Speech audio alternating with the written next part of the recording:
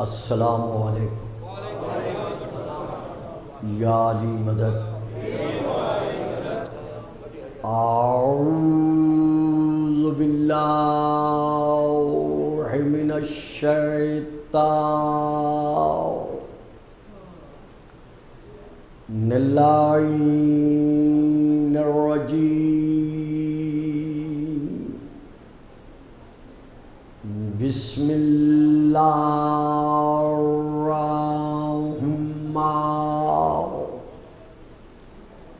الرحیم الحمد للہ الذی جعل لیلۃ القدر خیرا من الف شہر والشکر للہ الذی جعلنا من اہل لیلۃ القدر والصلاة والسلام علی معدن فیوزات لیلۃ القدر محمد المبعوث صلوات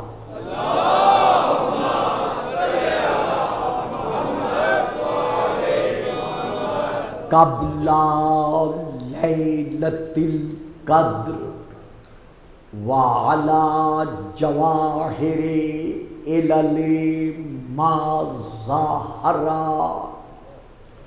فی لیلۃ القدر ثم الصلاۃ علی آلہ الذین هم محال کتاب اللہ المنزل فی لیلۃ القدر بل ہم کتاب اللہ الناطق المنزل فی لیلۃ القدر وعلی شیعتہم الذین هم اوراق کتاب اللہ الذی نزل فی لیلۃ القدر لاقتباسہم المعارف من مشکات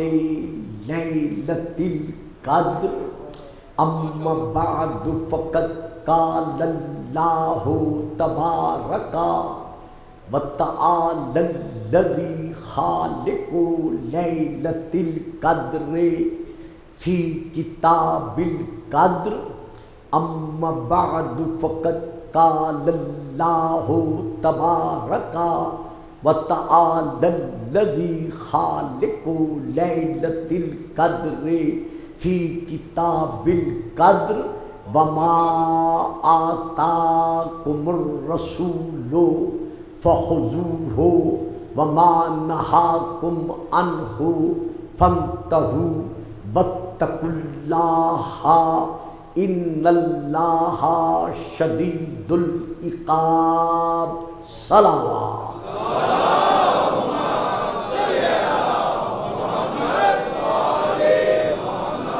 نعرہ تکبیر نعرہ تکبیر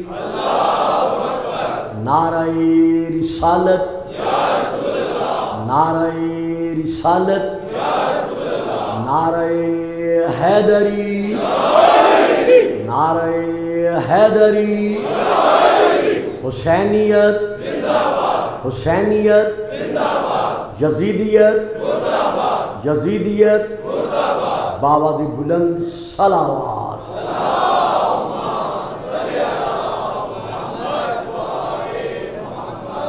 سب سے پہلے ہم دعا گو ہیں کہ خلاق عالم ہمارے ملک پاکستان کو اور تمام عالم اسلام اور عالم انسانیت کو اس کرونا کی وبا سے محفوظ رکھے اور ہمارا ملک تا ابد الآباد تا ظہور القائم علیہ السلام اسی طرح قائم و دائم رہے۔ گزشتہ تقریر میں یہ عرض کر چکا ہوں کہ کچھ احباب کی جانب سے جو سوشل میڈیا کے ذریعہ سے یہ عقیدہ عوام تک پہنچایا جا رہا ہے کہ جب قرآن کا فیصلہ ہے کہ ما کان محمد ابا احد من رجالکم، کہ محمد تمہارے مردوں میں سے کسی کا باپ نہیں ہے، تو پھر حسنین شریفین کو اور ان سے لے کر 12ویں امام مہدی علیہ السلام تک انہیں صلی اللہ محمد و آل محمد انہیں اولاد رسول تسلیم کیوں کیا جاتا ہے؟ اس کے جواب میں کل تقریباً مفصل طور پر تو نہیں لیکن چند ٹوٹے پھوٹے کلمات میں ادا کر چکا ہوں، اور اس سلسلے میں نے آیت مباہلہ کی بھی تلاوت کا شرف حاصل کیا تھا کہ فَقُلْ تَعَالَوْا نَدْعُ أَبْنَاءَنَا وَأَبْنَاءَكُمْ، محمد ما کان محمد ابا احد من رجالکم، محمد تمہارے مردوں میں سے کسی کا باپ نہیں، یعنی جو قوم والے ہیں محمد ان کے مردوں میں سے کسی کا باپ نہیں، لیکن جو محمد کے اپنے ہیں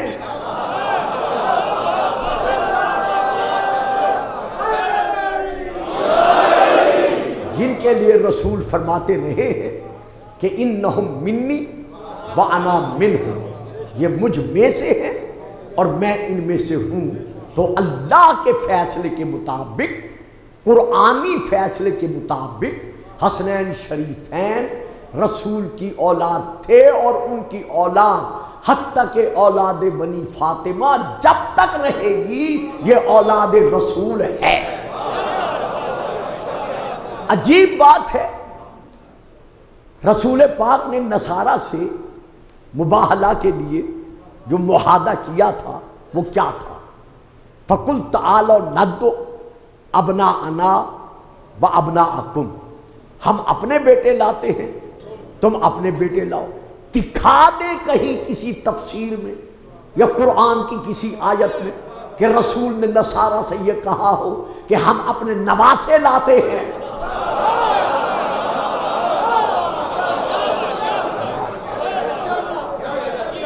کہیں کسی تفسیر میں دکھا دے یا کسی کتاب میں دکھا دیں یا قرآن کی کوئی آیت سامنے لے آئیں کہ رسول نے نصارہ سے یہ فرمایا ہو کہ ہم اپنے نواسے لاتے ہیں اور تم اپنے بیٹے لاؤ۔ نہ، ہم اپنے بیٹے لاتے ہیں، تم اپنے بیٹے لاؤ۔ نصرانی تھے، حضرت عیسیٰ کو ابن اللہ مان رہے تھے، شرک کے دائرے میں داخل ہو چکے تھے، لیکن جب رسول حسنین کو لے کر گئے اور کہا میں اپنے بیٹے لایا ہوں، انہوں نے بھی یہ نہیں کہا کہ یہ تیرے بیٹے نہیں ہیں۔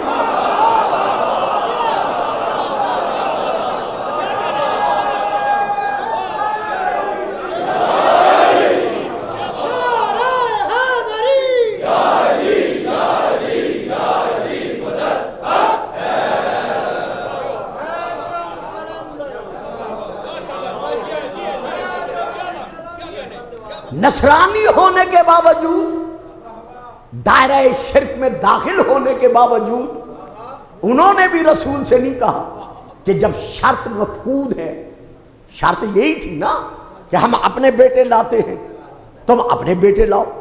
اب تم اپنے بیٹے لائے نہیں، شرط ہو گئی ختم۔ جب شرط مفقود ہے تو پھر مباہلہ کیسا؟ لیکن نہیں، وہ جانتے تھے کہ یہ صادق ہے۔ یار کافر ان سے صادق مانے، مشرک صادق مانے، نصارہ صادق مانے، اور کلمہ پڑھ کر تم کہو وہ بے اولاد ہے۔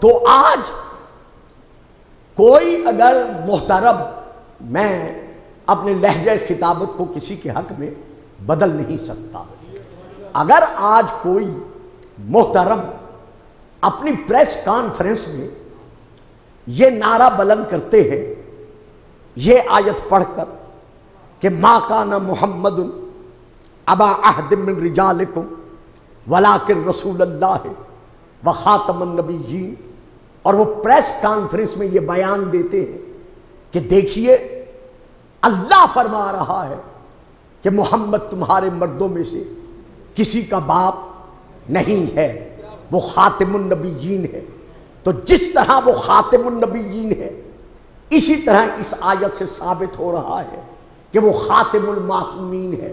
کہاں ثابت ہو رہا ہے؟ واہ، آپ خاموش ہو گئے۔ میں نے بڑے سیدھے سادے لفظوں میں ترجمہ ادا کیا ہے کہ محمد تمہارے مردوں میں سے کسی کا باپ نہیں ہے، وہ اللہ کا رسول ہے اور صاحب ختم نبوت ہے، بس یہ ہے اس کا ترجمہ۔ اب وہ صاحب جو پریس کانفرنس کر رہے ہیں اسلام آباد میں اور ان کے دائیں بائیں علماء تشریف فرما ہیں، ان کے بابین بیٹھ کر وہ یہ بیان دے رہے ہیں کہ جس طرح اس آیت سے یہ ثابت ہو رہا ہے کہ رسول خاتم النبیین ہے، اسی طرح اس آیت سے یہ واضح ہو رہا ہے کہ رسول خاتم المعصومین ہے، حالانکہ آیت سے ثابت نہیں ہو رہا، لیکن انہوں نے فرما دیا۔ چلو بھئی ٹھیک ہے، اب اس فرمان کے بعد اب وہ اپنا عقیدہ ظاہر کرتے ہوئے جو کلمات پریس کانفرنس میں ادا کر رہے ہیں وہ تقریباً لفظ و لفظ تو نہیں، لیکن معانی کے اعتبار سے یہی ہے کہ علیہ السلام صرف اسے کہا جا سکتا ہے جو معصوم ہے، یعنی اگر کسی کے نام کے ساتھ آپ نے علیہ السلام کہنا ہے یا لکھنا ہے تو صرف اسے کہہ سکتے ہو جو معصوم ہے۔ اب چونکہ رسول خاتم المعصومین ہے، آپ پر عصمت ختم ہو گئی ہے، اب آپ کے بعد علی رضی اللہ تعالی عنہ کو، وہ کہہ رہے ہیں میں نہیں کہہ رہا، علی رضی اللہ تعالی عنہ کو اگر کوئی علیہ السلام کہتا ہے تو نبوت جس طرح رسول پر ختم ہے اسی طرح معصومیت رسول خاتم المعصومین ہے، تو آپ کے بعد علیہ السلام کسی کو بھی نہیں کہا جا سکتا، چونکہ علیہ السلام اسی کو کہہ سکتے ہیں جو معصوم ہوگا۔ چلو شکر ہے الحمدللہ کہ اللہ اپنی قدرت کے سائے میں تمہارے انکار کے ساتھ ساتھ اقرار کروا رہا ہے۔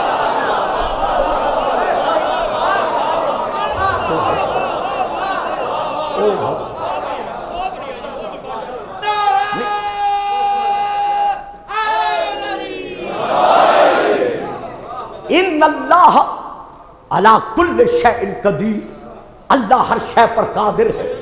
آپ پریس کانفرنس کرا رہے ہیں کہ علی کو، مولا حسن کو، مولا حسین کو، کوئی ان میں سے کسی ایک کو علیہ السلام نہ کہے، لیکن کیا قادر قدیر کی قدرت کا کرشمہ ہے کہ جو کانفرنس کی جا رہی ہے ان کو علیہ السلام نہ کہلوانے کے لیے اسی میں آپ اقرار کر رہے ہیں کہ علیہ السلام اسے کہا جائے گا جو صرف اور صرف معصوم ہو۔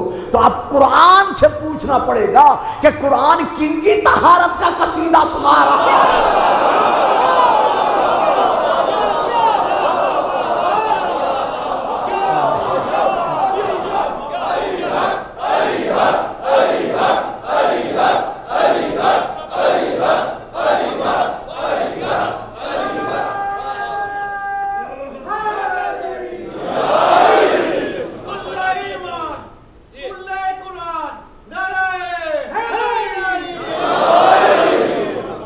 میرے معظم مکرم سامعین، ہاں یہاں حال میں تشریف فرما ہے یا باہر جلوہ فگن ہے یا اپنے اپنے مقام پر ٹی وی پر میری یہ تقریر براہ راست سن رہے ہیں، یا اسی طرح مومنین جھنگ مومنین ملتان اور باقی تمام پاکستان، جو بھی جہاں میری تقریر یہ سن رہا ہے، سماعت فرما رہا ہے، خدا حضرت علامہ محمد حسین اکبر صاحب ڈاکٹر الحاج کا سایہ قائم و دائم رکھے، اور نقوی صاحب کی توفیقات میں اور رحمات و برکات پیدا کرے، کیونکہ یہ تقریر UK میں بھی سنی جا رہی ہے۔ ذرا درود پڑھیے گا، صلوات۔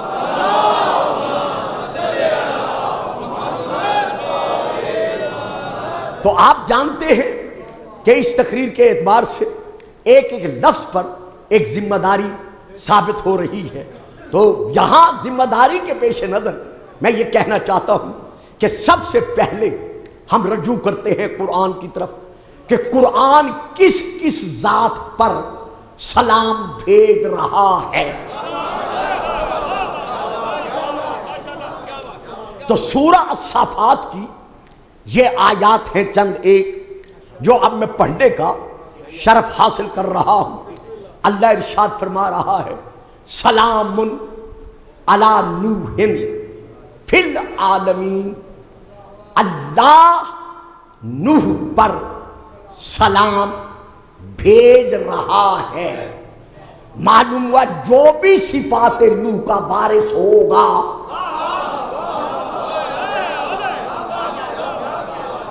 میں نے جو عرض کیا ہے فکرہ، میں آپ سے اگر توجہ کی بیک طلب کروں تو میں کیسے کر سکتا ہوں، کیونکہ آپ ہی نے تو مجھے پڑھنا سکھایا ہے۔ سلام علی نوح فی العالمین، کہ اللہ نوح پر سلام بھیج رہا ہے۔ معلوم ہوا جو بھی صفات میں مثل نوح ہوگا۔ آپ چپ کر گئے، میں اب اشارہ کروں گا، میں اس پہ رکوں گا نہیں، جو کہ اتنا ٹائم نہیں ہے۔ مثل اہل بیتی کا مثل سفینۃ نوح۔ تو جو بھی مثل صفات نوح میں ہوگا اس کے لیے کیا ہے؟ سلام ہے۔ اب میں اور آیت پڑھتا ہوں، سلام علی ابراہیم، اللہ ابراہیم پر سلام بھیج رہا ہے۔ اب میں اور آیت پڑھتا ہوں، سلام علی موسیٰ و ہارون، اللہ موسیٰ اور ہارون پر سلام بھیج رہا ہے۔ اب میں اور آیت پڑھتا ہوں، سلام علی المرسلین، اللہ تمام رسولوں پر سلام بھیج رہا ہے۔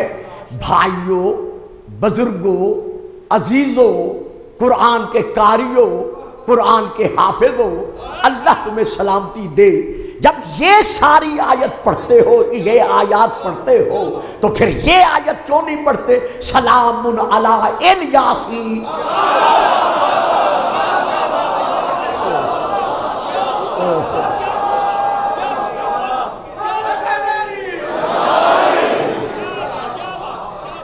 جب ان تمام آیات کی تلاوت کر کے فرماتے ہو کہ دیکھا حضرت نوح معصوم ہے، حضرت ابراہیم معصوم ہے، حضرت موسیٰ اور حضرت ہارون معصوم ہے، تمام رسول معصوم ہیں، تو سلام جو ہے وہ صرف معصومین کے لیے ہے، غیر معصوم کے لیے نہیں ہے۔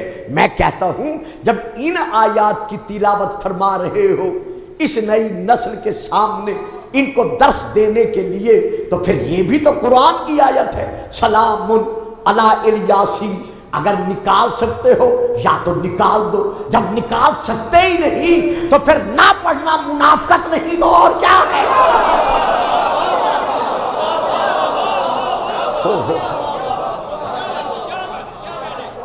اب یہاں ہمیں دیکھنا پڑے گا کہ الیاسین سے مراد کیا ہے۔ یہ جو اللہ الیاسین پر سلام بھیج رہا ہے، یہ الیاسین کون ہیں؟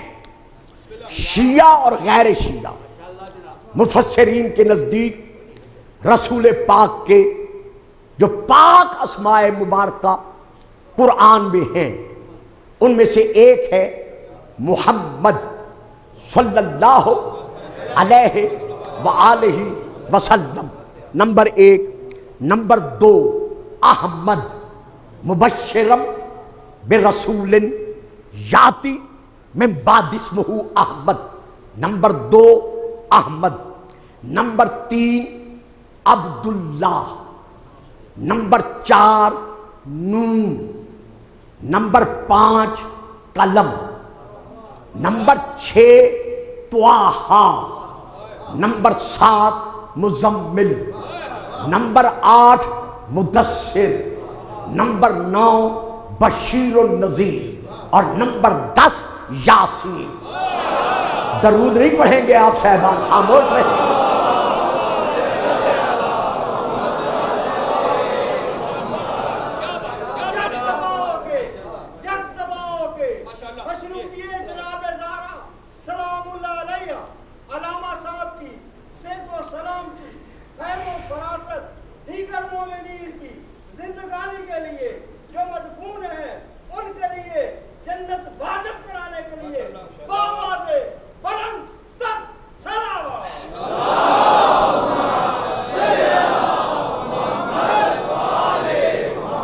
میں آپ سب کے لیے دعا گو ہوں، پورے ملک کے لیے دعا گو ہوں، تمام کشمیر کے مظلوم مسلمانوں کے لیے دعا گو ہوں، اور جہاں جہاں مسلمان ظلم کی چکی میں پس رہے ہیں میں ان سب کے لیے دعا گو ہوں کہ خدا انہیں خیر و برکات و رحمات کے ساتھ رہنے کی توفیقات پر قائم رکھے.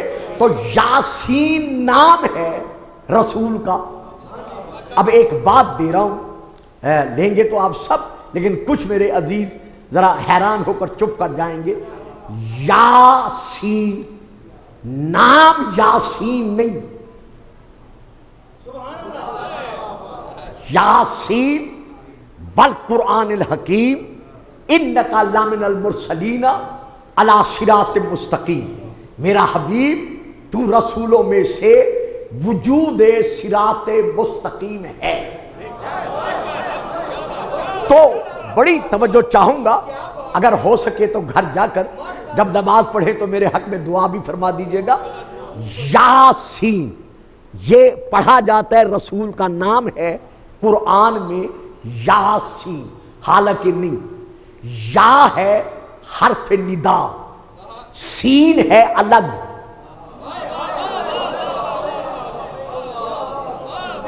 میں نے کہا تھا نا اکثر احباب چپ کر جائیں گے. ہمارے علامہ صاحب تشریف فرما ہوتے تو اور بات تھی، لیکن چونکہ وہ امور قومی میں اس وقت مصروف ہیں تو ان سے بعد میں رجوع کر لیجئے گا. یہ ہے یا سین، یا الگ ہے، سین الگ ہے. رسول کا نام سین ہے، یا سین نہیں. پھر کہتا ہوں گھبرائیں نہیں، میں پھر مجھے علم تھا کہ میرا مجمع تھوڑا سا چہرے کے اعتبار سے اپنے تاثرات پیش کرے گا. رسول کا جو اصل نام ہے وہ ہے سین. رسول کا نام یاسین نہیں. یا ہے حرف ندا، سین ہے رسول کا نام. جس طرح نون رسول کا نام ہے، اسی طرح سین رسول کا نام ہے. اب اس میں کتنے رموز ہیں یہ محرم کے بعد کبھی موقع ملا تو اس کو میں عرض کروں گا. تو اللہ نے رسول کا نام لیتے وقت ابتدا میں حرف ندا لگا دیا، یعنی یا لگا دیا. کیوں لگایا؟ تاکہ جب بھی عاشق رسول کہے یا محمد تو کوئی بدعت نہ کہے.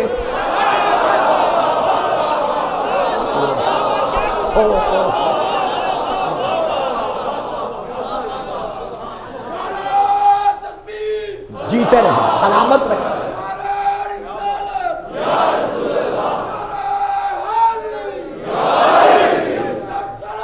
اللہم صلی علی محمد وآل محمد. دیکھیے درود پڑھتے وقت کبھی بخل نہ کیا کرے، کیونکہ یہ درود ان لوگوں کے ذہنوں میں کھٹکتا ہے جو رسول کو بے اولاد مانتے ہیں.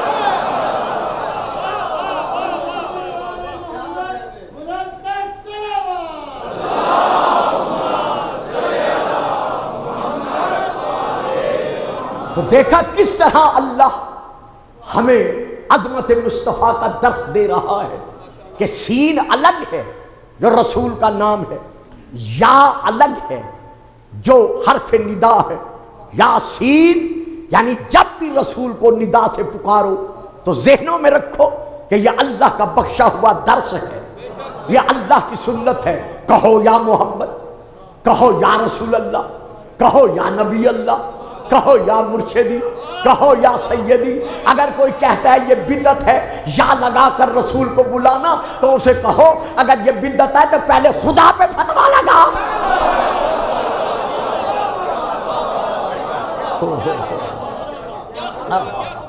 اب اگر اجازت دو، اب یار طالب علم بچوں تم پیچھے بیٹھ جاتے ہو، تمہیں آگے بیٹھنا چاہیے۔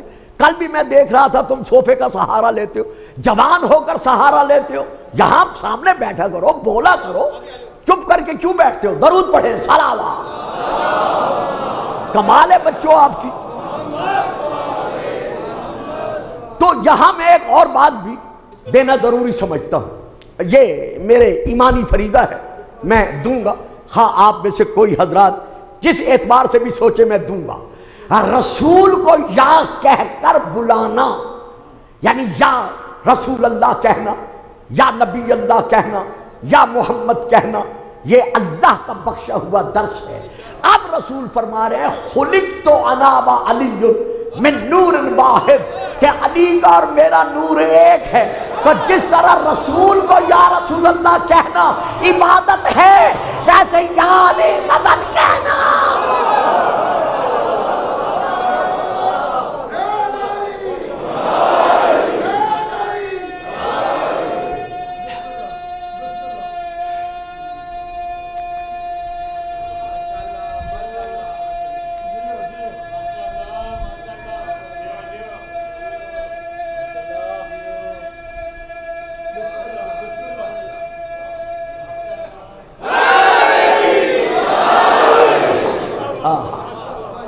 تو یہ قرآنی فیصلہ ہے، سلام علی یاسین، تو سین نام ہے رسول کا، تو اللہ سلام بھیج رہا ہے کس پر؟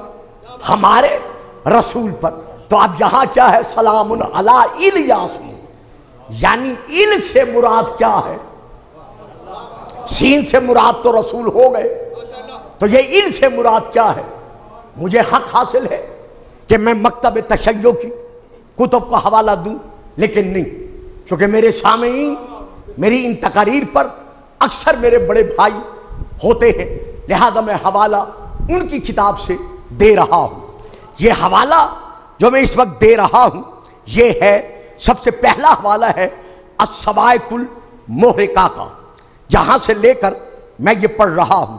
حضرت علامہ ابن حجر مکی اس صواعق المحرقہ میں یہ عبارت درج ہے کہ حبر الامت، یعنی عالم الامت، مفسر الامت، حضرت عبداللہ بن عباس رضی اللہ تعالی عنہما سے یہی سوال کیا گیا کہ اس الیاسین کی تفسیر کیا ہے، یعنی یہ الیاسین کون ہے جن پر اللہ سلام بھیج رہا ہے؟ ذہنوں میں رہے، یہ حبر الامت اسے کہا گیا ہے جو پوری دنیا اسلام کے علماء کے نزدیک سب سے بڑا عالم ہے، لیکن جب اسی سب سے بڑے عالم سے پوچھا گیا کہ تمہارے علم میں اور علی کے علم میں فرق کیا ہے، جس طرح جب علی سے پوچھا گیا تھا کہ یا علی آپ کے اور رسول کے علم میں فرق کیا ہے، تو آپ نے فرمایا پگلو ھذا لعاب رسول اللہ، علی کا علم تو رسول کے لعاب کا اثر ہے۔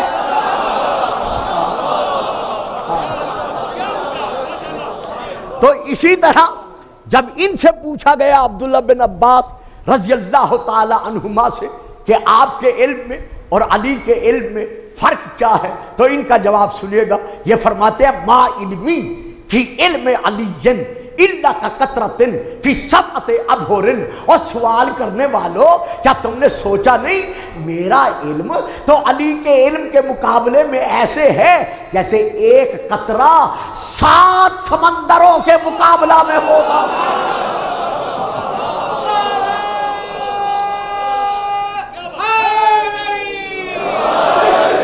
تو جب ان سے پوچھا گیا کہ الیاسین سے مراد کیا ہے تو انہوں نے جواب دیا، وہ یہاں پر درج ہے صواعق المحرقہ میں، ان المراد بذالک سلام علی آل محمد، یہ ہے الصواعق المحرقہ کی عبارت، اور یہ ہے اس کی صفحے کی فوٹو کاپی جو میرے ہاتھ میں ہے، کہ اللہ سلام الیاسین کہہ کر یہ منوا رہا ہے کہ آل محمد پر سلام ہے، تو جنہیں اللہ علیہم السلام منوا دے،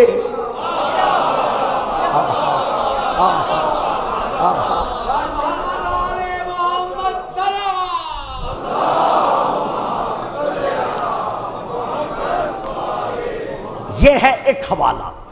اب میں دوسرا حوالہ دے رہا ہوں، تفسیر کبیر، اس کے حوالے سے میں بیان کر رہا ہوں۔ وہ بھی یہ لکھتے ہیں کہ مراد از الیاسین آل محمد ہے، لیکن انہوں نے ایک تشریح کی ہے جو بڑی پیاری تشریح ہے، میں زیادہ دیر اس پہ صرف نہیں کروں گا، جو تھوڑا سا مجھے آگے بڑھنا مقصود ہے۔ انہوں نے اپنی تفسیر میں لکھا ہے کہ 5 صفات، 5 فضیلتیں ایسی ہیں جن میں رسول کے ساتھ رسول کی آل شریک ہے۔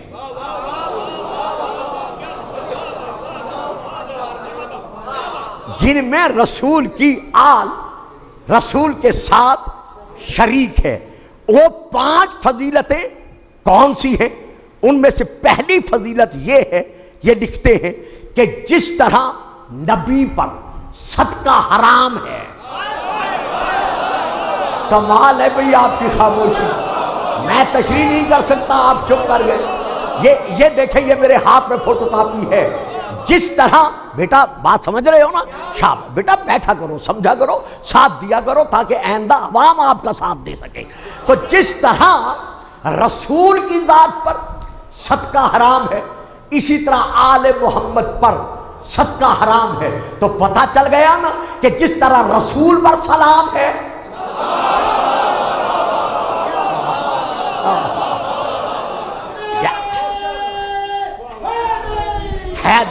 لیکن نہیں، جو انہوں نے 5 صفات لکھی ہیں میں پہلے وہ بیان کرتا ہوں۔ پہلی کیا ہے؟ جس طرح رسول پر صدقہ حرام ہے، اسی طرح رسول کی آل پر صدقہ حرام ہے۔ کیا کروں، مولا کی گداگری کا صدقہ ہے، جانتا بھی ہوں ٹائم نہیں ہے، بات زبان پر آ گئی ہے، کہتا ہوں۔ مشکات شریف میں ہے نا کہ جب امام حسن علیہ السلام نے ایک کھجور اٹھا کر اپنے منہ میں رکھ لی تھی، ہمارے ہاں منہ میں رکھنا نہیں ہے، صرف اٹھانا ہے، تو آپ نے کھجوریں لانے والے سے پوچھا تھا کہ یہ صدقہ ہے تیرے باپ کا یا ہدیہ ہے؟ اس نے کہا تھا مولا صدقہ ہے۔ تو آپ نے انگلی حسن کے منہ میں ڈال کر کھجور نکال کر باہر پھینک کر کہا، اما تعلم ان صدقہ علینا حرام علی حسن، کیا تم نہیں جانتے کہ صدقہ ہم پر، علینا ہم پر، علیہ نہیں، مجھ پر نہیں۔ ہائے ہائے ہائے ہائے، صرف کچھ ٹھیک کرنا ہے بیٹا؟ اچھا،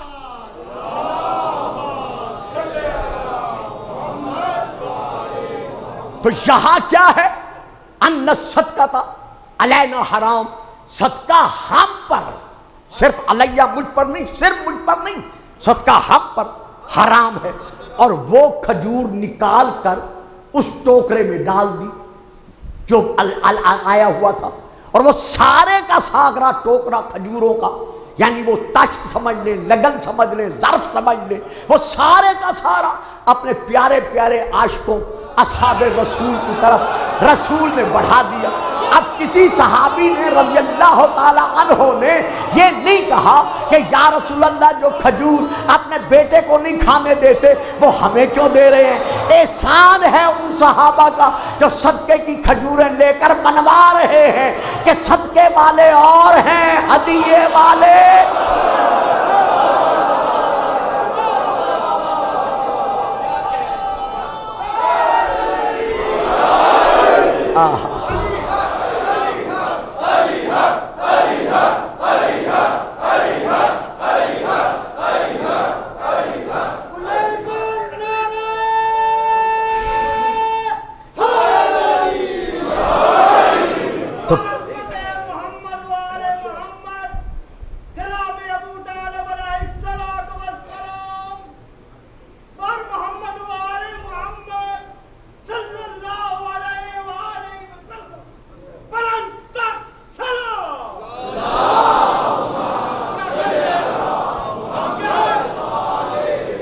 دوسری فضیلت یہ علامہ فخر الدین رازی صاحب لکھ رہے ہیں، دوسری فضیلت جس طرح رسول کی محبت امت پر واجب ہے،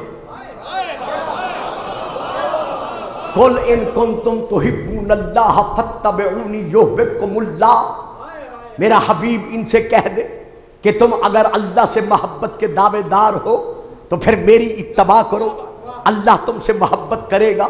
تو جس طرح رسول کی محبت افراد امت پر واجب ہے، علامہ فخر الدین رازی لکھ رہے ہیں، اسی طرح آل رسول کی محبت بھی واجب ہے، اور آگے باقاعدہ آیت لکھی ہے کہ قُلْ لَا أَسْأَلُكُمْ عَلَيْهِ أَجْرًا إِلَّا الْمَوَدَّةَ فِي الْقُرْبَى، تو جن کی محبت واجب ہے وہ امتی نہیں ہے، بلکہ جن کی محبت واجب ہے وہ اولاد ہیں، اور جن پر واجب ہے وہ امتی۔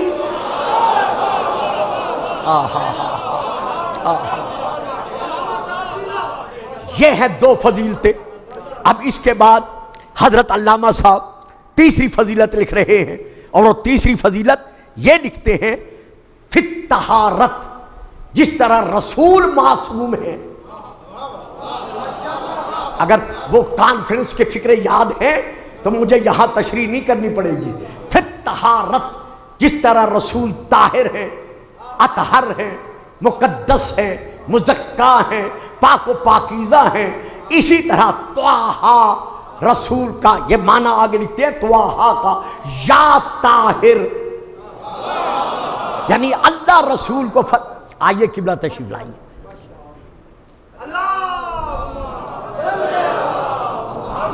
با اجازت جناب عالی۔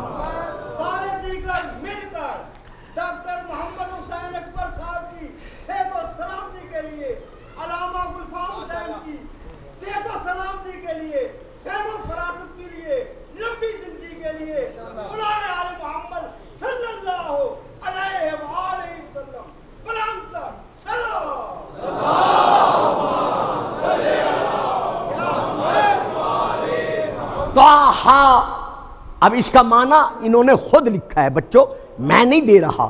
یا طاہرو، اے طاہر، تو لکھتے ہیں طہارت میں بھی، اس صفت میں بھی رسول کی اولاد آل شریک ہے۔ اور دلیل میں کیا لکھا ہے؟ آگے پھر آیت میں لکھ دی ہے انما یرید اللہ لیذھب عنکم الرجس اہل البیت ویطہرکم۔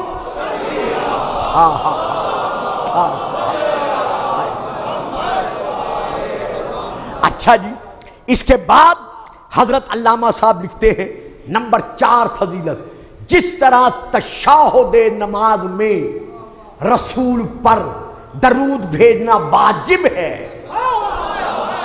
یہ میں کل پڑھ چکا ہوں، جس طرح تشہد نماز میں رسول پر درود بھیجنا واجب ہے، اسی طرح رسول کی آل پر تشہد نماز میں درود بھیجنا واجب ہے۔ 4 فضیلتیں اب لکھ رہے ہیں۔ 5ویں فضیلت، وہ 5ویں فضیلت کیا ہے؟ فی السلام، سلام میں بھی یہ رسول کے ساتھ شریک ہیں، یعنی جس طرح کہا گیا ہے السلام علیکہ یا ایھا النبی، اسی طرح کہا گیا ہے سلام علی الیاسین۔ ہائے ہائے ہائے، بڑی محنت سے میں آپ کو یہاں لایا ہوں اور آپ خاموش ہو گئے ہیں۔ درود پڑھیے گا، صلوات۔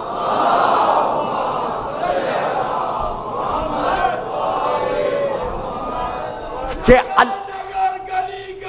ماشاءاللہ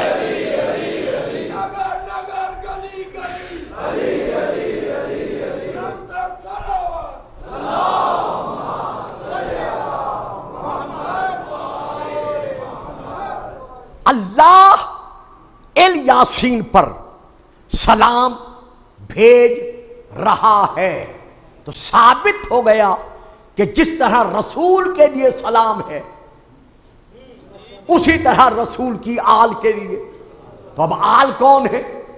اللہم ہؤلاء اہلی، یا اللہ یہی ہیں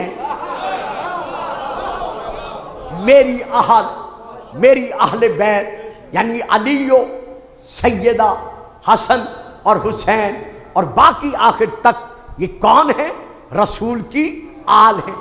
تو اب اللہ منوا رہا ہے الیاسین کہہ کر کہ ان کے لیے سلام ہے، تو آج یہ کہنا کہ ان پر جو سلام بھیجتا ہے اسے نہیں بھیجنا چاہیے، چونکہ غیر معصوم پر سلام بھیجنے کی اجازت نہیں ہے۔ پہلے ثابت تو کرو کہ یہ غیر معصوم ہیں۔ اگر یہ غیر معصوم ہوتے تو دیوار کعبہ میں دروازہ کیوں بنتا؟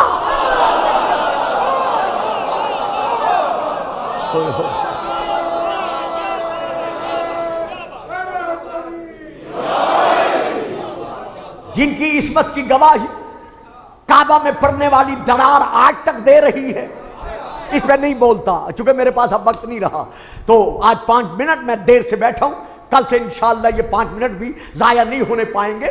تو یہاں پر یہ کہنا کہ یہ غیر معصوم کے لیے سلام ہے، تو یہ کون ہے؟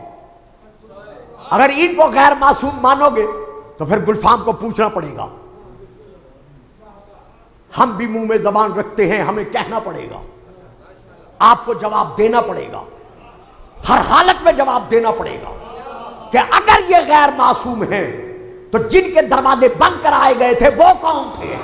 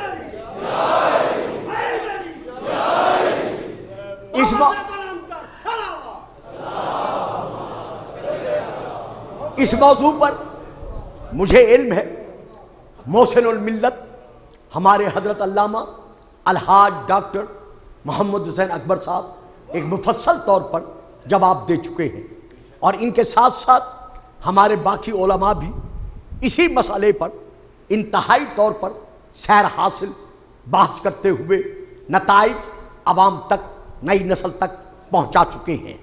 آج میں صرف چند ایک حوالے دے کر بات سمیٹ رہا ہوں، جو میرے پاس باقی صرف 10 منٹ باقی ہیں۔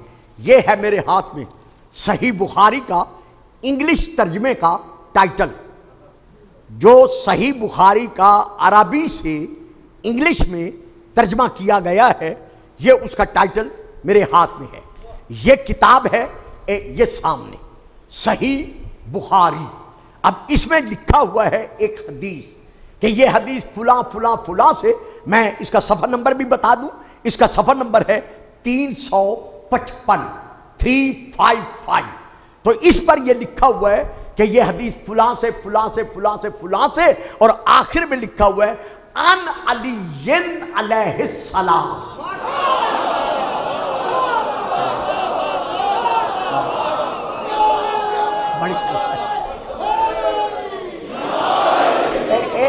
یہ دیکھیے، یہ میرے ہاتھ میں ہے، ان علی علیہ السلام۔ گویا علی کو کیا لکھا گیا ہے؟ علیہ السلام۔ اگر ہم نہیں پڑھ سکتے لکھ سکتے تو اسے کہاں لے جاؤ گے؟ نمبر 1 یہ ہے پھر میرے ہاتھ میں صحیح سنن الترمذی، یہ میں اس سے پڑھ رہا ہوں۔ اس میں بھی ایک حدیث لکھی ہوئی ہے جو حضرت علی سے روایت کی گئی ہے، بیان کیا گیا ہے۔ یہ بڑے جلی حروف میں ہے، موٹے حروف میں ہے، یہ آپ پڑھ سکتے ہیں۔ اس میں بھی یہی لکھا ہوا ہے ان علی علیہ السلام۔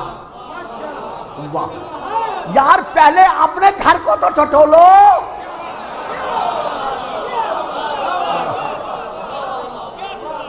تو یہاں بھی کیا لکھا ہوا ہے؟ علی علیہ السلام۔ اب یہ ایک مرحلہ، یہ تیسرا حوالہ، یہ میں دے رہا ہوں، ذرا درود پڑھیے گا، صلوات۔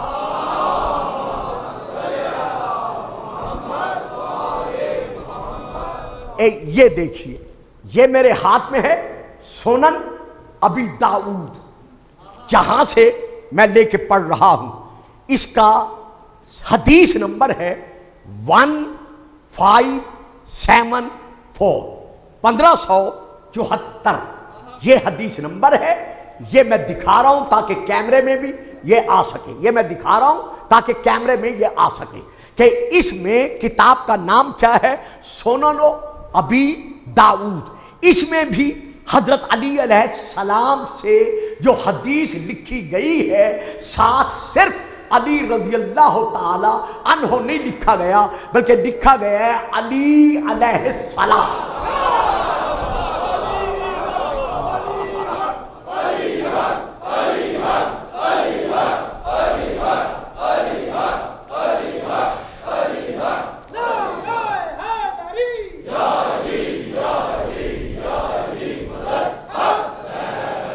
اب پھر دیکھیے، آپ گھبرا تو نہیں رہے نا جو میرے سامنے بیٹھے ہیں؟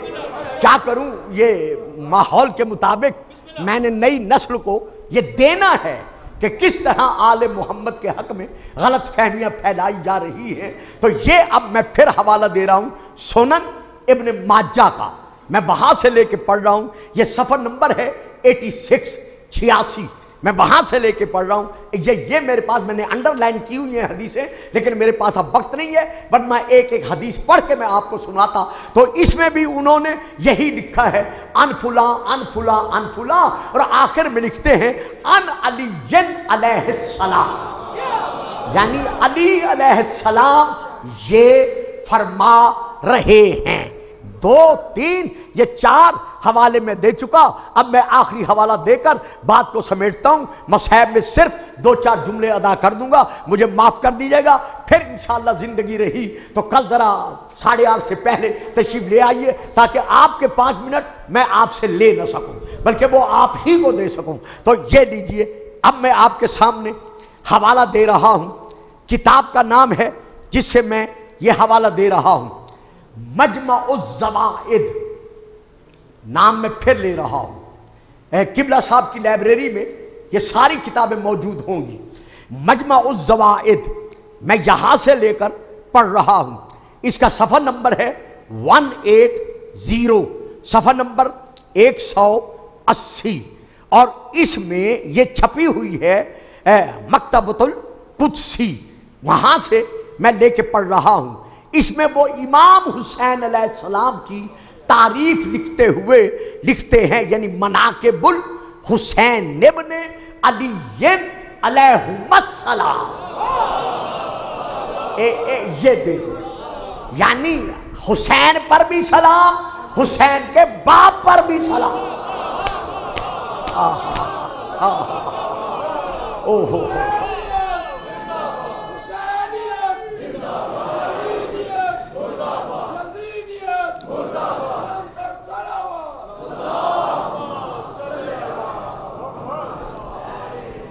اب یہاں پر مفتی احمد یار نعیمی نے جو حوالہ دیا ہے اس میں یہی لکھا ہے کہ رسول پاک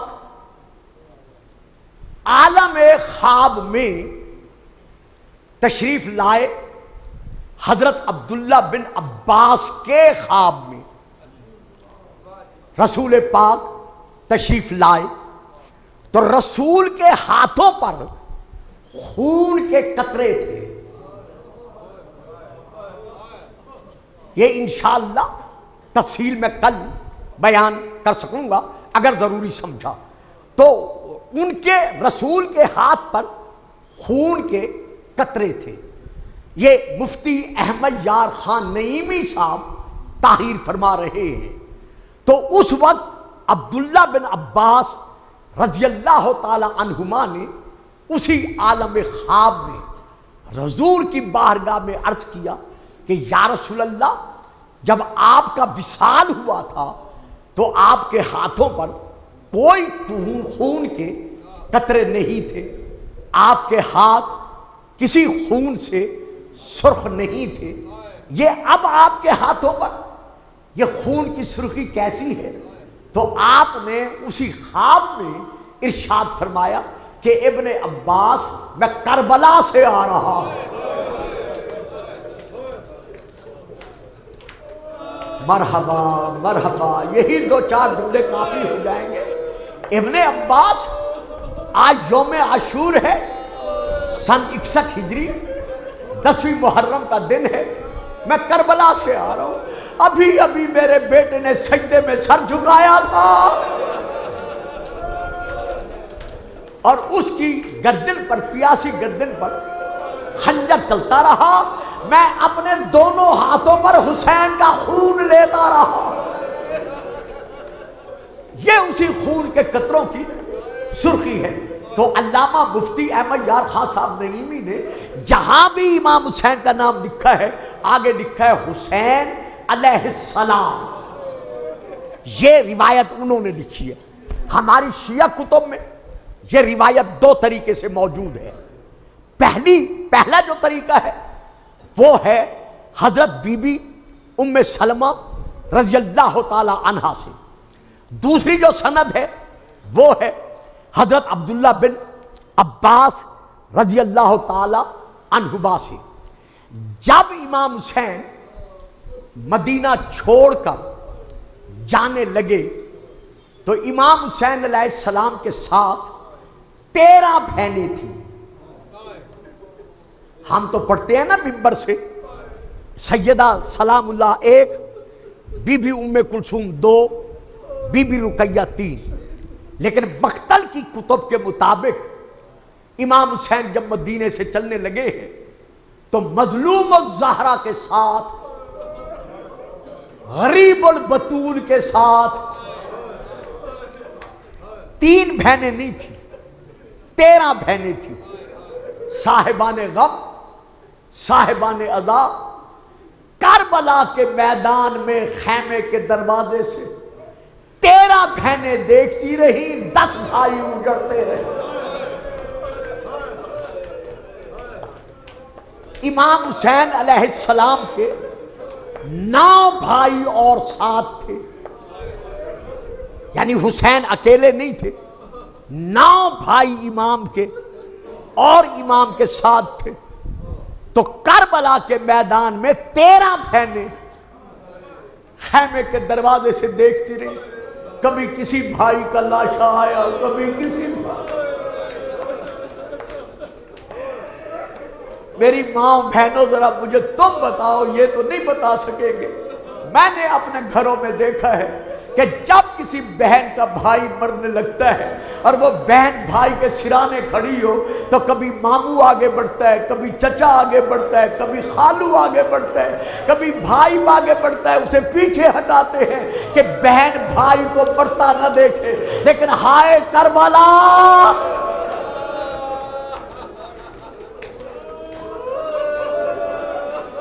13 بہنیں دیکھتی رہی، بھائی تڑپتے رہے، 13 بہنیں ساتھ تھیں۔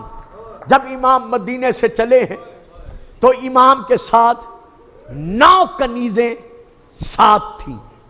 ایک کنیز حضرت امام حسین علیہ السلام کی، 4 کنیزیں حضرت عبداللہ نے بی بی زینب کے حوالے کی تھی، اور ایک کنیز کو حکم دے کے کہا تھا کہ خبردار زینب کو کبھی پانی مانگنا نہ پڑے۔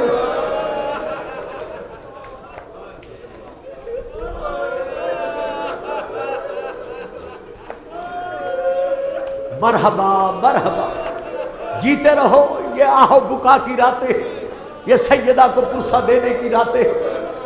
4 کنیزیں سیدہ زینب کی تھی، باقی 4 کنیزیں امام پاک کے حرم ہائے مبارکہ کی تھی۔ 11 سے لے کر 13 تک اولادیں کربلا کے میدان میں امام حسن کی تھی۔ 11 سے لے کر 13 تک شہزادے اور 4 شہزادیاں امام حسن کی کربلا میں امام کے ساتھ گئی تھی، کربلا میں موجود تھی۔ 13 شہزادوں میں سے 11 شہزادے یا 10 شہزادے کربلا میں شہید ہو گئے، باقی 2 یا 3 بچ گئے۔ سوچتے جاؤ کہ اسلام کو کس کی اولاد نے بچایا ہے۔ 4 شہزادیوں میں سے جو امام حسن کی 4 تھیں شہزادیاں، ان 4 شہزادیوں میں سے امام حسن کی ایک یتیمہ شہزادی اور جناب مسلم کی ایک یتیمہ شہزادی، یہ 2 وہ شہزادیاں ہیں جو شام غریبہ گھوڑوں کے ٹاپوں کے ساتھ کچلی گئی۔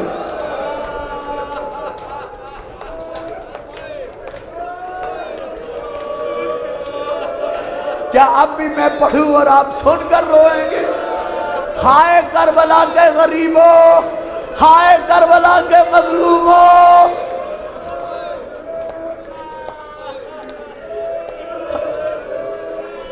جب سیدہ زینب نے ان کے لاشیں اٹھائے تو بی بی کا رخ پھر گیا حسین کی طرف، آواز دے کر کہا زہرا کا لال، اکبر کا لاشا اٹھانا آسان ہے۔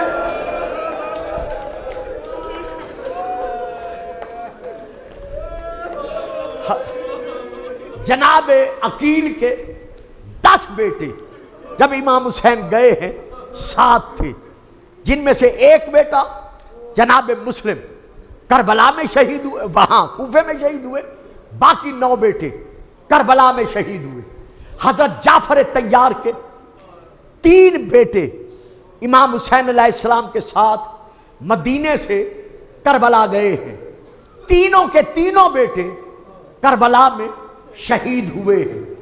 اسی طرح جعفر طیار کے 2 پوتے اون و محمد جناب عبداللہ بن جعفر طیار کے بیٹے، یہ بھی کربلا میں امام کے ساتھ گئے اور ماں دروازے سے دیکھتی رہی، بیٹے تیروں سے چھلنی ہوتے رہے۔ یہ بھی امام حسین کے ساتھ گئے ہیں۔ مجھے وقت اجازت نہیں دے رہا، بس میں اسے یہی ختم کروں۔ جانے والوں کی کل امام حسین کے ساتھ 10 غلام، امام حسین کے اپنے 10 غلام امام کے ساتھ تھے، جن میں سے 8 غلام کربلا میں شہید ہوئے ہیں۔ 2 غلام زخمی ہو کر بچ گئے ہیں، 7 10 گئے ہیں۔ جو قافلہ مدینے کی طرف سے کربلا کی طرف چلا ہے، ان کی کل تعداد ہے 122، زن و مرد اور بچے ملا کر سب کی تعداد بنتی ہے 122۔ ان 122 میں سے 28 مرد تھے،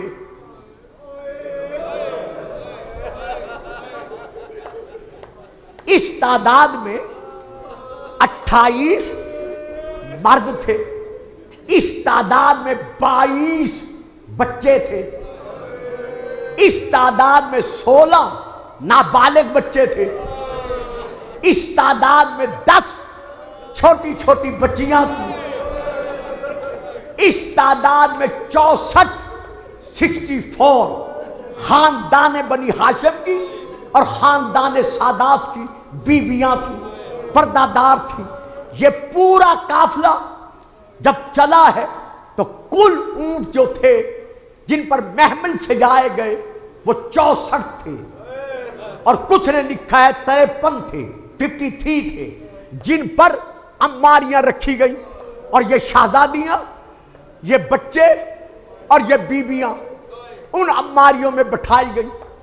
تو اب 53 میں سے باقی 200 اونٹ ایسے تھے جن پر گھرانہ امام حسین علیہ السلام کا سامان تھا، یعنی کپڑے تھے، گھر کے اور سامان تھے، خیمے تھے، چادریں تھیں اور بہت کچھ تھا۔ کتنے اونٹ تھے؟ 200 اونٹ۔ اب میں پڑھوں گا نہیں، آنکھیں بند کر کے مجھے بتاؤ شام غریبہ کے بعد کیا بچا؟ یہ سارا سامان شام غریبہ لوٹ لیا گیا۔ تو جو بیویاں ساتھ گئی تھیں، بچے ساتھ گئے تھے، میں نے ان کی تعداد آپ کو بتا دی کہ جن اونٹوں پر امباریوں میں بٹھائے گئے وہ 53 امباریاں تھیں۔ لیکن ہائے رونے والوں، ہائے بچپن سے مجلسے سننے والوں، جب یہی بیویاں شام کی قید سے آزاد ہو کر واپس مدینے آئیں تو کتنے اونٹ تھے؟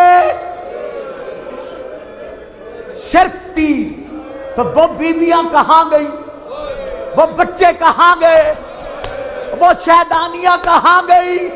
اب علماء سے پوچھو، کربلا سے لے کر شام تک جب تیزی سے اونٹ دوڑتے تھے، کوئی نہ کوئی مستور، کوئی نہ کوئی بچی، کوئی نہ کوئی شہزادہ دوڑتے ہوئے اونٹ سے نیچے گر کے کہتا اماں میں گر گیا ہوں، کوئی کہتا سجاد میں گر گیا ہوں، اونٹ دوڑتے رہے، قبریں بنتی رہی۔